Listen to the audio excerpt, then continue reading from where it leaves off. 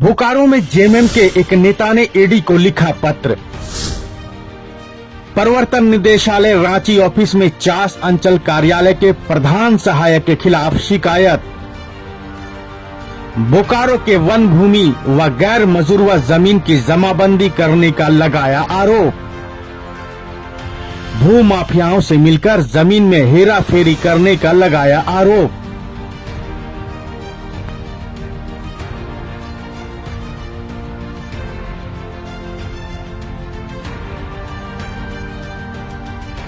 पूरे मामले के बारे में बताते चले कि बोकारो जिले के झामुमो नेता सुफल बावरी ने प्रवर्तन निदेशालय यानी कि ईडी को पत्र लिखकर चास अंचल के कर्मचारियों पर फर्जी जमाबंदी कर वन भूमि व गैर मजरूआ जमीन बेचने का आरोप लगाया है।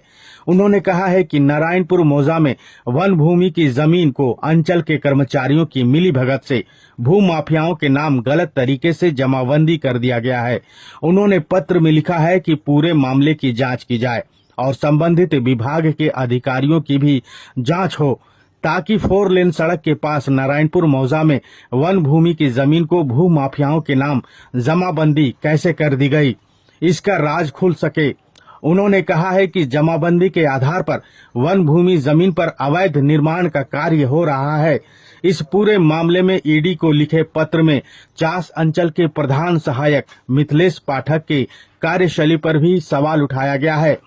शिकायत में अंचल के प्रधान सहायक के साथ अंचल अधिकारी के वाहन चालक का नाम भी दिया गया है। जेएमएम नेता सुफल बावरी ने बताया कि चास अंचल में काफी गड़बड़ियां हुई है और पूर्व के सीओ के साथ साथ कर्मचारियों की मिली भगत से इस क्षेत्र के वन भूमि पर भू माफियाओं का कब्जा दिलाया गया है, जो सैकड़ों एकड़ जमीन है जिसकी कीमत करोड़ों में होगी।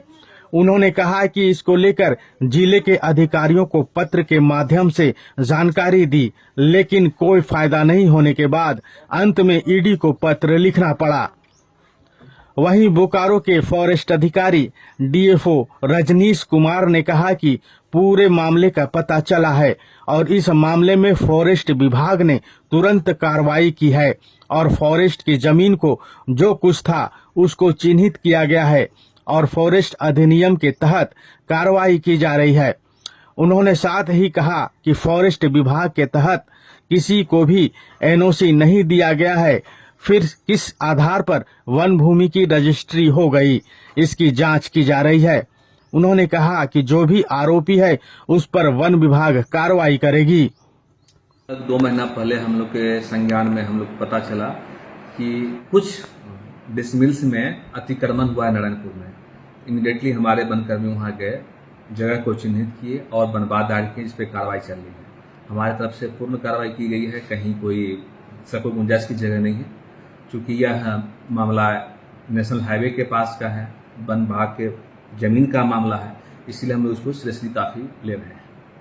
क्या एफआईआर भी किया गया है? हमारे द्वारा जो इंडियन फॉरेस्ट एक्ट में वनवाद दायर किया जाता है वो हम लोग का फॉरेस्ट एक्ट का जो पावर दिया गया है उसके तहत कार्रवाई की गई है। मामला यही है, यहाँ का सरकारी भूमि, वन की भूमि धड़ल्ले से लोग कब्जा करते जा रहे हैं, अतिक्रमण करते जा रहे हैं। यहाँ के अधिकारी पदाधिकारी सब अपना चुपचाप हैं, किसी ने कोई सुनता नहीं है। मैंने कई बार लेटर जारी किया, उस लेटर पर कुछ कार्रवाई नहीं हुआ, मजबूरन मुझे ईडी को लिखना पड़ा। ईडी को पत्र लिखे हैं? जी हाँ, लिखे हैं। क्या लिखे हैं? वही यहाँ जो जमीन कब्जा कर रहा है भूमाफिया के द्वारा, हाँ सरकारी भूमि, वन भूमि, बताए तो कि सरकारी भूमि, वन भूमि सब कब्जा कर रहा है, अतिक्रमण कर रहा है। इसलिए मैंने मजबूरन ईडी को लिखना पड़ा। मतलब यहाँ के पदाधिकारी को भी आप चिट्ठी लिखे? सबको लिखे हैं, हम सीओ को लिखे हैं, एससी साहब को लिखे हैं, एडिशनल कलेक्टर जो सदा तनवर साहब थे, अभी फिलहाल नहीं है, उनको भी लिखे हैं।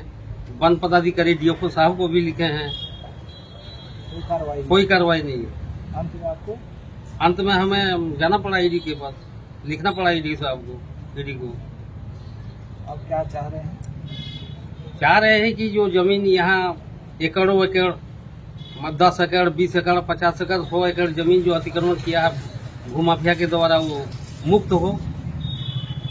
आदिवासी गरीब आदिवासी का जैसे क्या बोलते हैं बारी कोऑपरेटिव में एक आदिवासी का जमीन कब्जा किया है, एक बिल्डर ने 10 एकड़ 12 एकड़, वो सब कम से कम हट जाए जांच होके। ये कौन था? ये जमीन वन भूमि था? हाँ, मिला हुआ है दोनों, वन भूमि भी है, गैराबाद भी। तो हम चाह रहे हैं कि सरकार का जो जमीन है वो सरकार को वापस मिले। रैयत का जो जमीन है जिस कब्जा किया है गरीब आदिवासी का, वो कम से कम उनको वापस मिले।